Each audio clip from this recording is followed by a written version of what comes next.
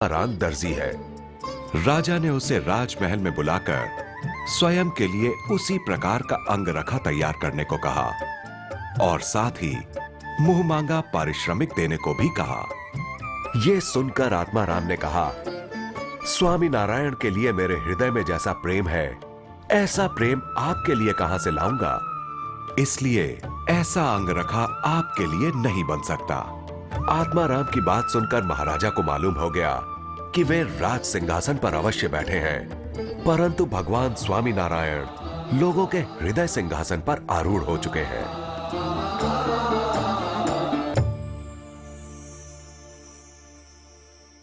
स्वामी नारायण संप्रदाय के पवित्र वातावरण के संसर्ग में जो कोई भी आता था, उसकी विकृतियां जैसे स्वतः नष्ट हो जाया करती थी। एक बार खंभाला के मुला खाचर भगवान स्वामी नारायण तथा उनके संतों भक्तों के संग समेत गढ़पुर से वड़ताल जा रहे थे। वे हुक्का और अफीम के व्यसनी थे।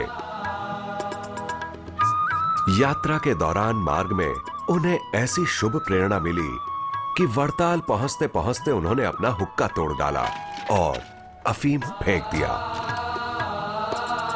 और उसके पश्चात वे आजीवन पूर्ण रूप से व्यसन मुक्त रहे।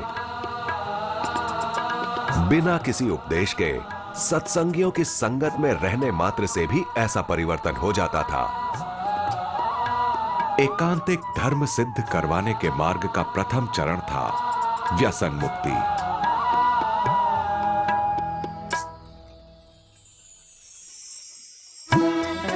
अपने प्रेमी भक्तों के स्नेह पास से मुक्त होना भगवान के लिए भी कठिन हो जाता था। एक बार भगवान स्वामी नारायण गढ़पुर से वड़ताल जाने के लिए तैयार हुए। उन्होंने अपनी माण की घोड़ी पर विराजमान होकर हाथ में लगाम पकड़ी और सभी को जय स्वामी नारायण कहते हुए राश खींची। पर यह क्या, माण की आगे बढ़ने का नाम ही नहीं ले रही थी। इशारे भर में समझ जाने वाली माणकी इतनी हठीली कैसे बन गई?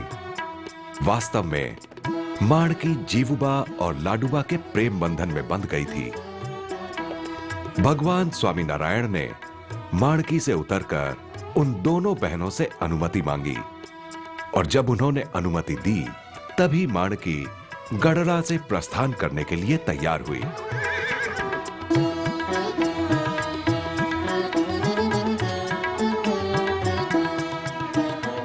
दादा खाचर के दरबारगढ़ के पश्चिमी दरवाजे के पास जहां यह घटना घटित हुई थी, वही यह स्थल है।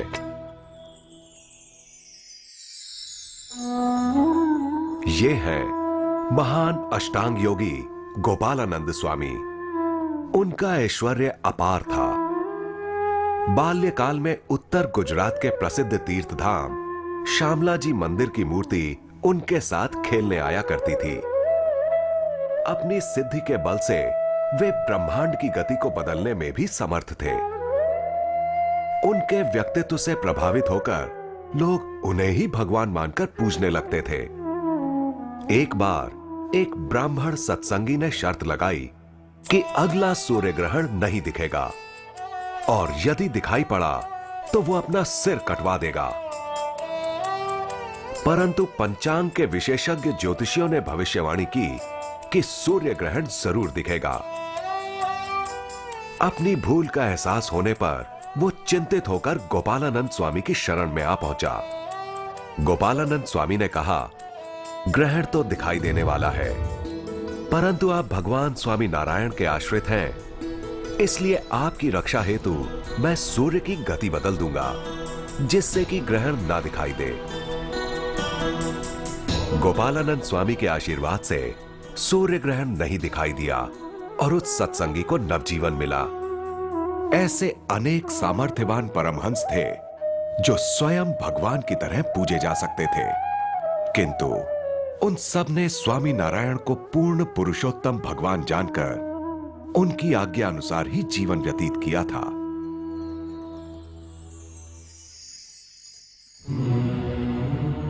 एक बार ग्वालियर के मुस्लिम संगीतज्ञ स्वामी नारायणीय संतों का रूहानी संगीत सुनने की आतुरता से गढ़पुर आए। उनकी इच्छा देखकर भगवान स्वामीनारायण ने अपने परमहंसों को संगीत सुनाने का संकेत करते हुए कहा, भैरवी राग गाओ। संध्या काल में प्रातः काल का राग आलापने की आज्ञा सुनकर संगीतज्ञ जरा आकुल हो गए, हंसने लगे। परंतु ज्यों ही प्रेमानंद स्वामी ने आलाप छेड़ा और वादकों ने ताल दिया कि सारा वातावरण ही पलटने लगा। संध्या काल के सूरज में उगते हुए सूर्य का भ्रम होते ही मुर्गा पक्षी बांग देने लगे, पक्षी कलरव करने लगे और इसी के साथ संध्या काल का वातावरण पूरी तरह से प्रातः काल में बदल गया।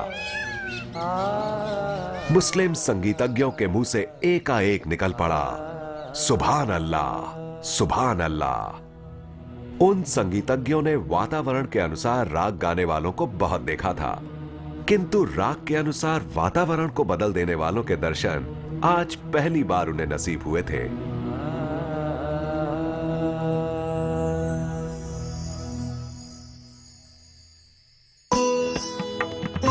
भगवान स्वामीनारायण ने अपने जीवन काल में 6 शिखरबद्ध मंदिरों की रचना करके संस्कृति की जड़ें मजबूत की थी। मंदिर निर्माण के दीर्घ दृष्टि सभर उनके कार्य की शुरुआत हुई अहमदाबाद के मंदिर से, जिसकी मूर्ति प्रतिष्ठा विधि दिनांक 24 फरवरी सन 1822 सोमवार को उन्होंने स्वयं की थी। दूसरा मंदिर भुज में बनाया, जिसकी मूर्ति प्रतिष्ठा 15 मई 1823 शुक्रवार को की गई थी। तीसरा मंदिर वड़ताल में बनाया, जिसकी मूर्ति प्रतिष्ठा 3 नवंबर सन 1824 गुरुवार को की गई थी। चौथा मंदिर धोलेरा में बनाया, जिसकी मूर्ति प्रतिष्ठा 19 मई सन 1826 शनिवार को की गई थी। पांचवा मंदिर जूनागढ़ में बनाया, जिसकी मूर्ति प्रतिष्ठा 1 मई सन 1828 गुरुवार को की गई थी। और छठा मंदिर गढ़ड़ा में बनाया, जिसकी मूर्ति प्रतिष्ठा 20 अक्टूबर सन 1828 मंगलवार को की गई थी। त्रिशिखरीय मंदिर स्वामीनारायण संप्रदाय की एक विशेषता है। मंदिर निर्माण के हेतु को समझाते हुए भगवान स्वामीनारायण ने कहा था, शुद्ध उपासना को जीवंत रखने के हेतु से हमने मंदिरों की स्थापना की है। इन मंदिरों से प्रवर्तित शुद्ध उपासना का अनुसरण करके अनेक जीव मुक्ति मार्ग पर चलेंगे।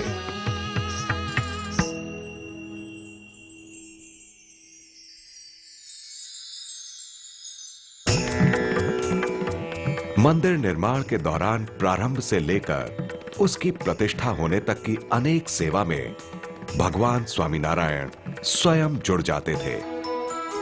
वर्तमान समय में गढ़ड़ा में टेकरे पर जहां बीएपीएस स्वामीनारायण मंदिर विद्यमान है, उसी स्थल पर भगवान स्वामीनारायण का मंदिर बनवाने का संकल्प था।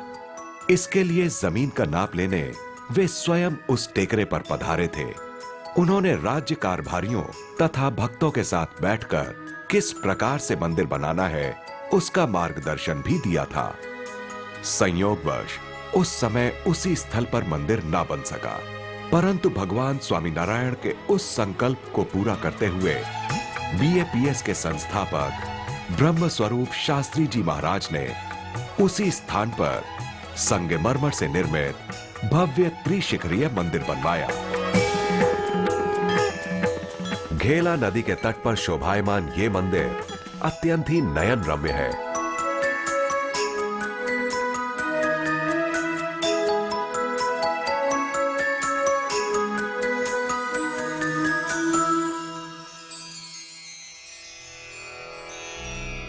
गढ़ड़ा में टेकरे पर मंदिर का निर्माण कार्य रुका हुआ था। तब दादा खाचर ने उनके दरबार गण का दक्षिणी भाग मंदिर निर्माण के लिए समर्पित किया। इसके बाद वहां पर बड़े उत्साह से मंदिर का निर्माण कार्य प्रारंभ हो गया। पत्थरों का ढेर इकट्ठा होने लगा। अपनी अपनी समझ और शक्ति के अनुसार भक्तजन सेवा में जुड़ गए। कोई चक्की पीसता, कोई पत्थर लाता, कोई पत्थरों की गढ़ाई करता, कोई मिट्टी भर लाता और इसी प्रकार से सभी लोगों की विविध सेवाओं के फलस्वरूप मंदिर खड़ा होने लगा। सभी के साथ भगवान स्वामीनारायण भी अपने सिर पर स्वयं पत्थर रखकर लाते थे। स्वयं भगवान को ऐसी कठोर सेवा करते देख अन्य सभी भी अपनी थकान भूल जाते थे।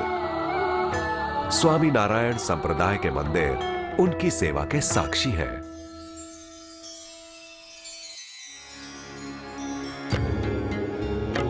मंदिर निर्माण के साथ साथ शास्त्र निर्माण भी भगवान स्वामीनारायण के जीवन कार्य का एक महत्वपूर्ण अंग था। उन्होंने अपने संतों द्वारा शास्त्रों की रचना कराई थी और स्वयं भी रचना की थी। उनकी प्रेरणा से विद्वान संतों ने अनेक शास्त्र रचे थे। 12 फरवरी सन 1826 रविवार को उन्होंने शिक्षापत्री ग्रंथ का लेखन पूर्ण किया। 212 श्लोकों से युक्त इस ग्रंथ में सामान्य जनजीवन से लेकर उच्च आध्यात्मिक जीवन को यथार्थ रूप से जीने का सरल मार्गदर्शन दिया गया है। उन्होंने जिस स्थान पर रहकर शिक्षापत्री की रचना की है वो है वड़ताल स्थित ये हरिमंडप।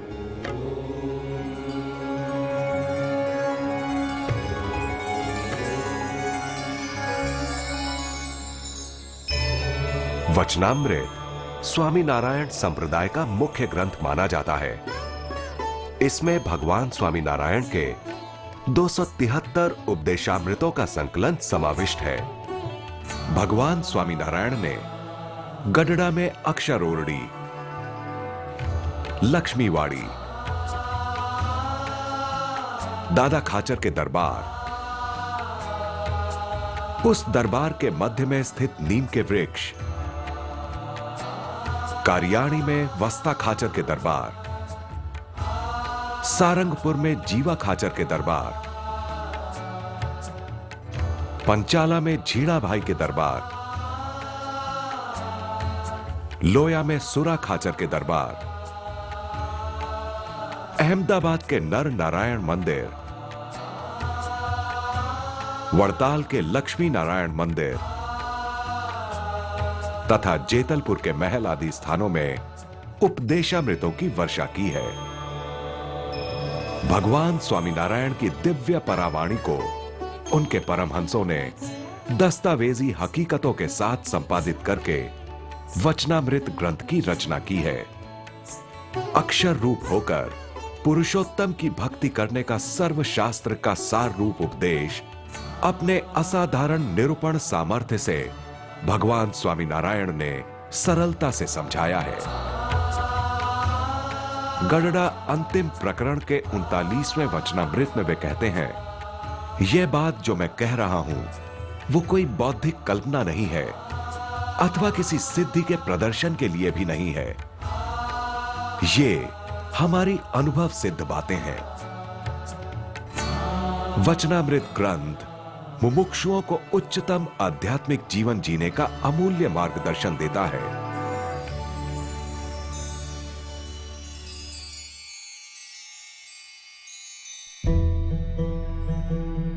भगवान स्वामीनारायण का अलौकिक जीवन तथा सर्वदेशीय कार्य देखकर तत्कालीन अंग्रेज अधिकारी तथा धर्मगुरु भी प्रभावित हो जाते थे। चर्च ऑफ इंग्लैंड के प्रतिनिधि स्वरूप भारत आए हुए बिशप रेजिनाल्ड हेबर उन्हीं में से एक थे। उन्होंने विशेष रूप से आमंत्रण भेजकर भगवान स्वामीनारायण को मिलने के लिए बुलाया था। दिनांक 26 मार्च सन 1825 रविवार को नडियाद में वे भगवान स्वामीनारायण से मिले और कुछ धर्म चर्चाएं भी हुई। इस मुलाकात के बारे में बिशप हेबर ने अपनी दैनिक डायरी में लिखा है, भगवान स्वामीनारायण और समाज के बीच जैसा प्रेम और आदर है वैसा प्रेम और आदर प्राप्त करने के लिए ईसाई पादरियों को न जाने कितने समय तक प्रतीक्षा करनी पड़ेगी। भगवान स्वामीनारायण के परमहंसों को देखकर बिशप हेबर भी सोचने लगे कि काश ऐसा संत मंडल मेरे पास भी होता। जिस स्थल पर इस ऐतिहासिक मुलाकात का आयोजन किया गया था उस स्थान पर इस समय एक सुंदर मंदिर की स्थापना की गई है।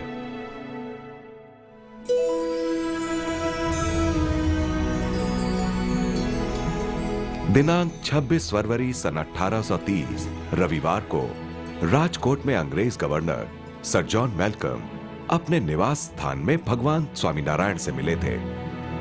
इसके पूर्व उन्होंने 3 बार पत्र लिखकर भगवान स्वामीनारायण को पधारने का आमंत्रण भेजा था। मुलाकात के दौरान भगवान स्वामीनारायण ने उन्हें शिक्षा पत्री भेंट की थी।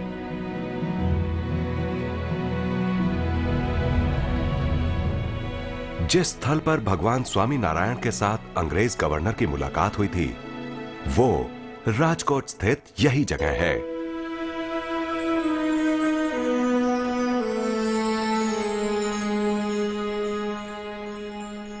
अपने उत्तम भक्त अक्षर ब्रह्म गुणातीतानंद स्वामी को भगवान स्वामीनारायण ने गडरा स्थित अक्षर ओरडी में अपने निकट बुला लिया था। अनंत जीवों को ब्रह्म रूप करके आत्यांतिक मुक्ति देने का कार्यभार गुणातीतानंद स्वामी को सौंपते हुए अपनी जीवन लीला समेट लेने का संकल्प उन्होंने प्रकट किया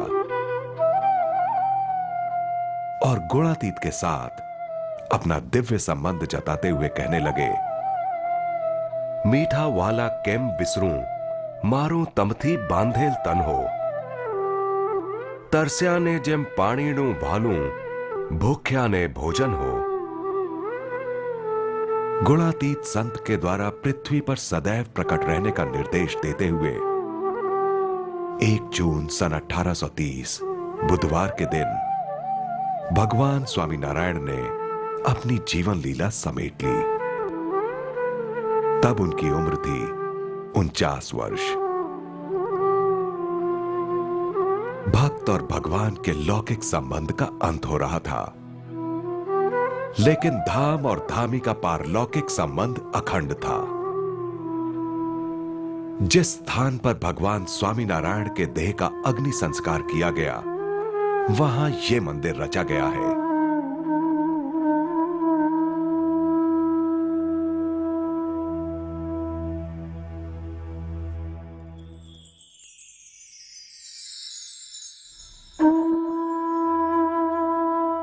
भगवान स्वामीनारायण के अंतर्धान होने के पश्चात एक दिन गुणातीतानंद स्वामी बहिर्भूमि हेतु लक्ष्मीवाड़ी में गए थे। यहां पर हरी भरी घास को देखकर उन्होंने सोचा, इस घास का जीवन जल है, वो उसे मिलता है तो हरी भरी रहती है। उसी प्रकार मेरा जीवन तो भगवान स्वामीनारायण थे, परंतु वे चले गए। इतना सोचने मात्र से वे मूर्छित होकर भूमि पर गिर पड़े। ठीक उसी समय भगवान स्वामीनारायण ने उन्हें दर्शन दिए। अपने हाथ में गुणातीतानंद स्वामी का हाथ लेकर उन्होंने कहा, स्वामी, मैं कहां गया हूं? मैं तो आप में अखंड रहा हूं, अखंड रहा हूं, अखंड रहा हूं। इस तरह भगवान स्वामीनारायण ने दोहराया कि केवल उनके लौकिक देह का अंत हुआ था, लेकिन उनका प्राकट्य यावत चंद्र दिवाकरो पृथ्वी के अंत तक अखंड रहने वाला था, गुणातीत संत के द्वारा।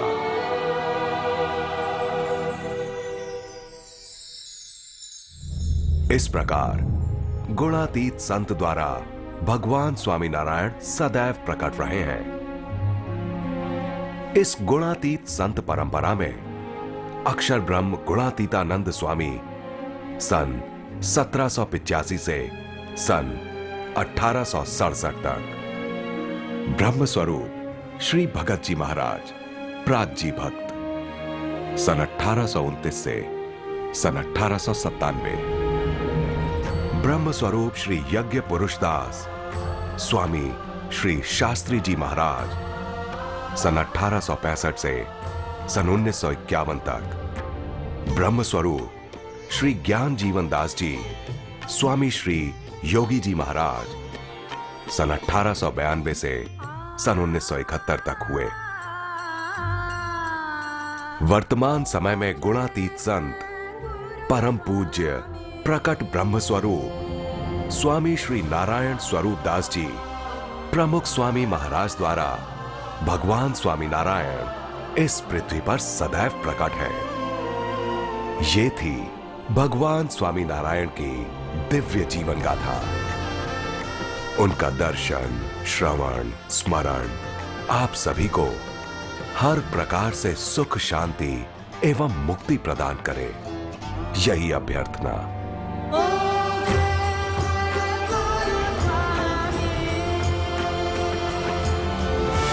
जय स्वामी नारायण।